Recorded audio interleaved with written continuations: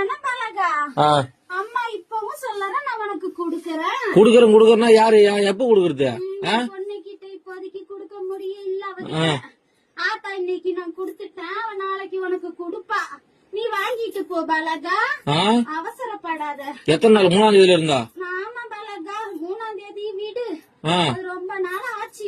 விடு, நீ ஈஸியா சொல்ற. வீட்டுல உட்காந்து விடு, நான் போய் பேச்சு வாங்கி பணத்துக்கு.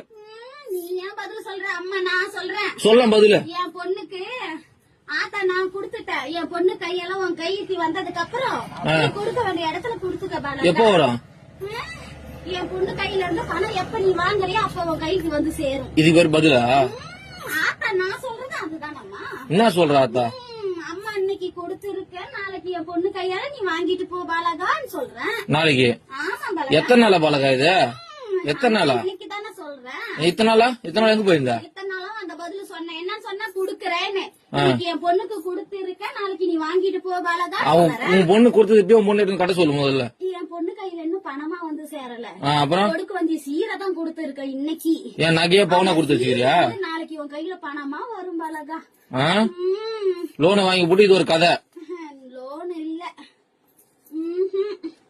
வாங்கின கடனுக்கு தான் எங்க அண்ணனுக்கு நீயே வட்டி கட்டிக்கிட்டு வர.